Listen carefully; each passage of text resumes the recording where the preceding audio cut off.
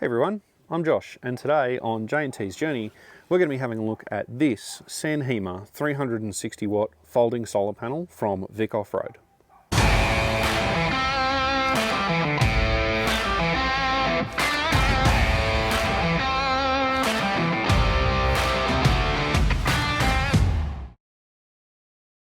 Hey everyone, I'm Josh with J&T's Journey, and today we are back in the honeypot, our AVan Cruiseliner, and we're going to have a look at this San Hima folding solar panel that was sent to us by VicOffroad, just for us to have a look and evaluate and see what our opinions were on it.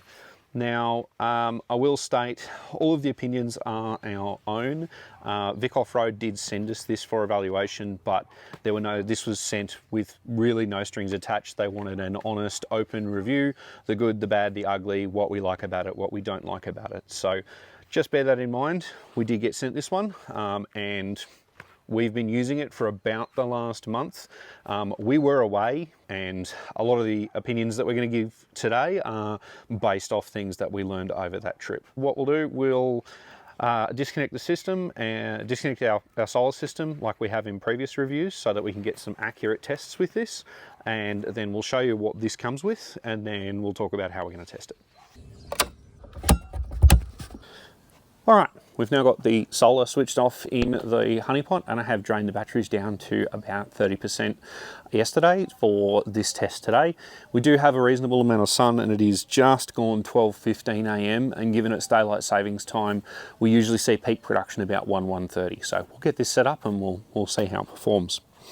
The package itself is quite light. This is a 360 watt panel. It is definitely lighter than our other panel that we have, which is a similar size, but it folds up an awfully lot smaller, and I'll talk a little bit about that afterwards. It doesn't have a separate bag. The bag itself is actually integrated as part of the panel. So that flap comes out and then the panel itself unfolds. Now, what do you get in the package? Unlike our other solar panels, this one does actually come with everything that you need in order to use it standalone. So inside the package, you get a user manual, a set of battery clip leads. We won't be using those, but you could use them if you wanted to. I'm not sure I'd want to run a 360 watt panel through clip leads though, so not sure about that. A 20 amp charge controller. We'll talk a little bit about my thoughts on a 20 amp charge controller in a minute. An Anderson cable, which actually looks like a reasonable quality cable. I mean, it's probably a little on the thinner side than I would have liked to see, but for the distance, the length of this cable, it's probably okay. If you're going to go any longer than this though, I'd probably want to use thicker cable. And inside the flap, with the storage compartment, is the Anderson for the actual unit itself. All right, we'll find a sunny spot in the backyard because we've got a bit of crowding going on here at the moment because we've got extra vehicles and stuff in here that we don't usually have. And we'll get this unfolded. I'll show you how it unfolds. We'll plug it in and then we'll see how it performs.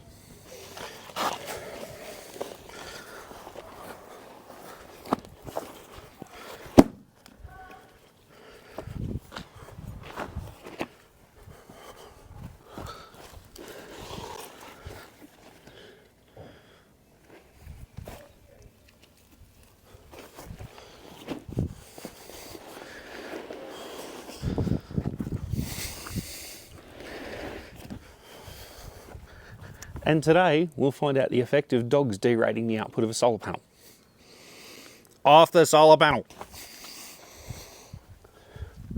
So as you can see, it is quite compact. It's made up of 10 individual solar cells. I believe they're all wired in parallel. This does have an open circuit voltage of 25 volts, so lower than the other panels that we've had, but higher than most 12 volt panels output. I actually prefer higher voltage panels because I've found that you do tend to get a little less loss. Now this panel does come with its own charge controller, so what we're going to do first, we'll plug it into the honeypot through our DC port. We'll take a baseline off the honeypot before we do plug it in so that we know how much power our DC system uses, and then we can then, on the current information on the shunt, we can then figure out what the output of this panel is. And then once that test is completed, we'll also run it into one of our Victron controllers, which is a higher output controller, which may be more efficient. I guess we'll find out.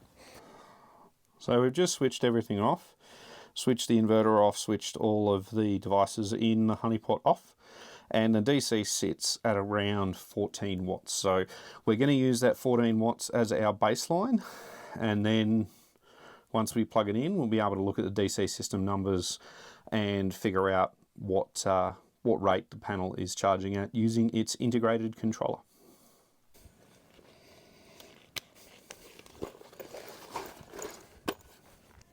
Battery side is in the middle, so I'll plug that in first. Always plug the battery in before the solar panel.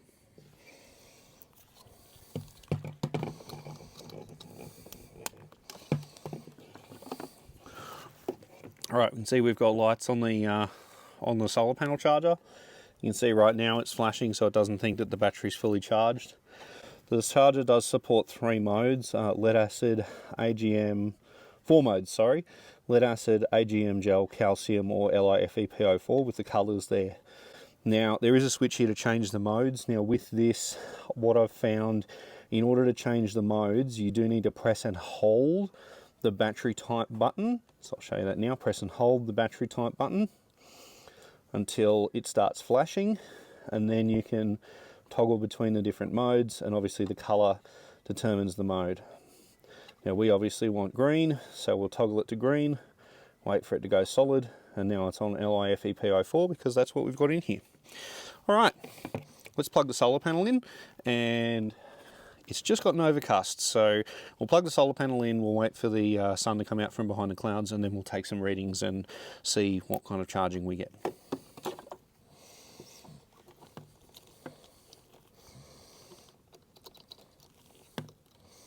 When you plug it in the right way. We're in full sun now. The sun has shifted. It is a bit of a on and off day to work through this. And if we go into the honeypot, we're cranking in at 230, call it 231 watts was just there, just before we jumped in. Now if you add the 14 watts for the DC system, it's around 245 watts. And a random maths, that works out to about 19 amps. So this introduces the first problem with this panel. It's really efficient, it's great, it's fantastic. Like, these numbers are really, really good from a panel efficiency perspective. But the problem is, and we must have just had some cloud come over because I'm seeing those numbers drop. The problem is it will very easily max out that 20 amp controller. So first piece of feedback is efficiency wise, the numbers are really nice. It performs really well, but that 20 amp controller that it comes with, just not big enough. All right, so the next thing we're going to do, I'm going to disconnect the controller that came with it, and I'm going to plug it into one of our Victron. We've got a Victron 30 amp controller on one of our auxiliary ports. I'm going to plug it into that auxiliary controller, and we'll see what sort of peak numbers we can get out of it on a 30 amp controller as opposed to the 20 that it comes with.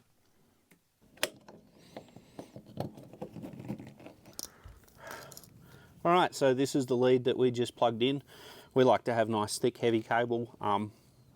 This can be a bit of a polarizing discussion. This is 16mm cable, so this is way overkill, but I would rather have a thicker cable than a thinner one to minimize losses. So we'll unplug the cable that comes with it and the controller that comes with it, plug this in and see what we get on our Victron controller.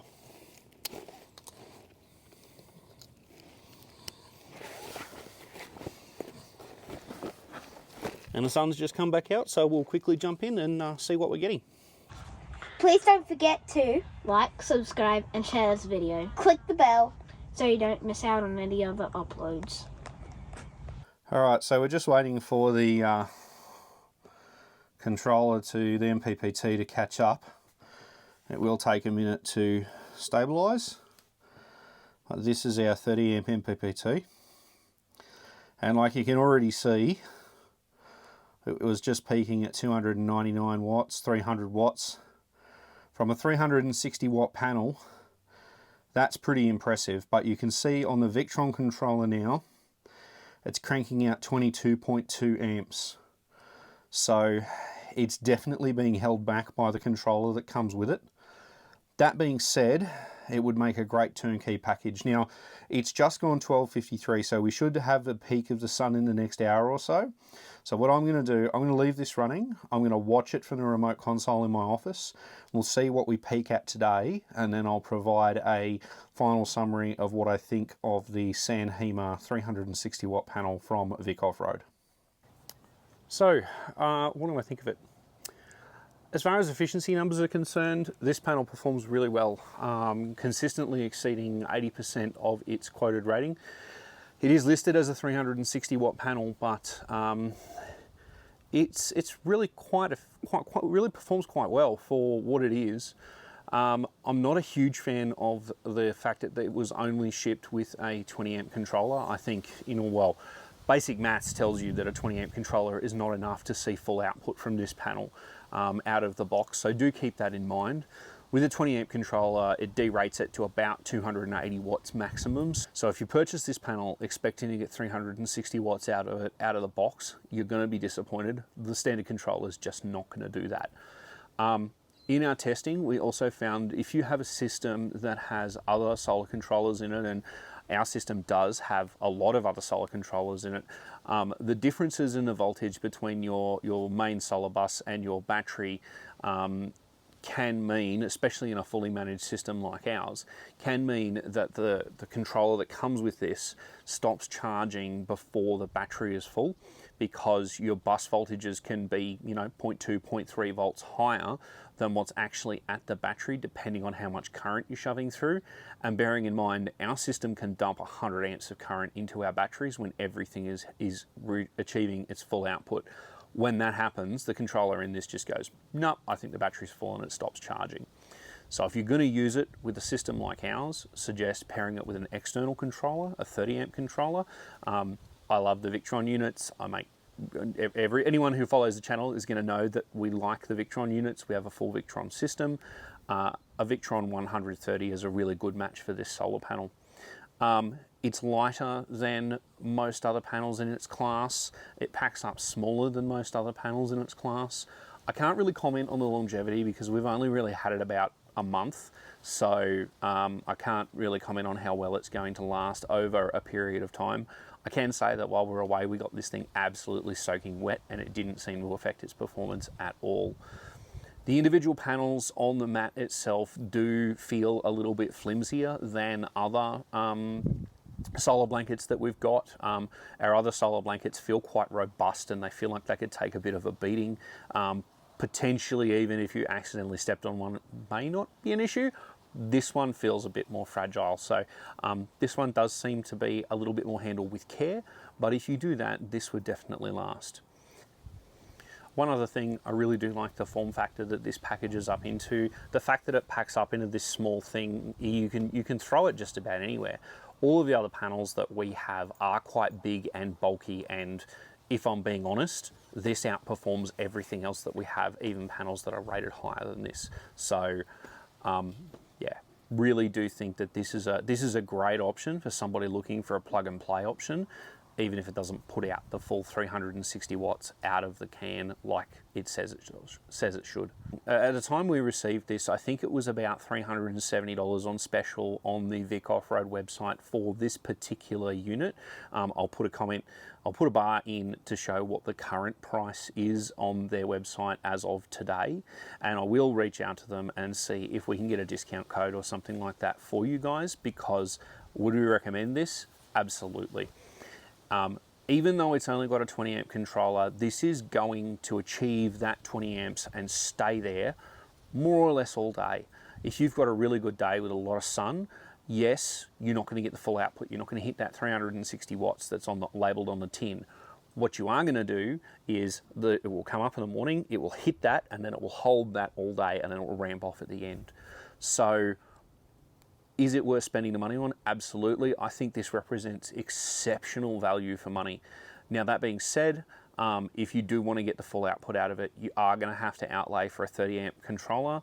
I think the Victron 130s are sitting around that $160, $170 mark. So factor that in when you're looking at other options on the market. See whether or not, if you want to get the full 360 watts out of this, that's going to make it cost effective for you. So I hope you've enjoyed that review of the San Hima 360 watt solar panel from VicOffroad. If you're enjoying our content, if you like what we're doing, if you would like to follow along on our journey, please make sure that you like, subscribe and share the channel.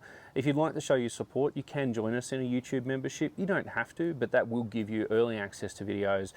You'll get your name up in the leaderboard on the videos within YouTube, and we'll get priority responses to comments, that kind of thing. So if that's something that you'd be interested in doing, we really would appreciate your support.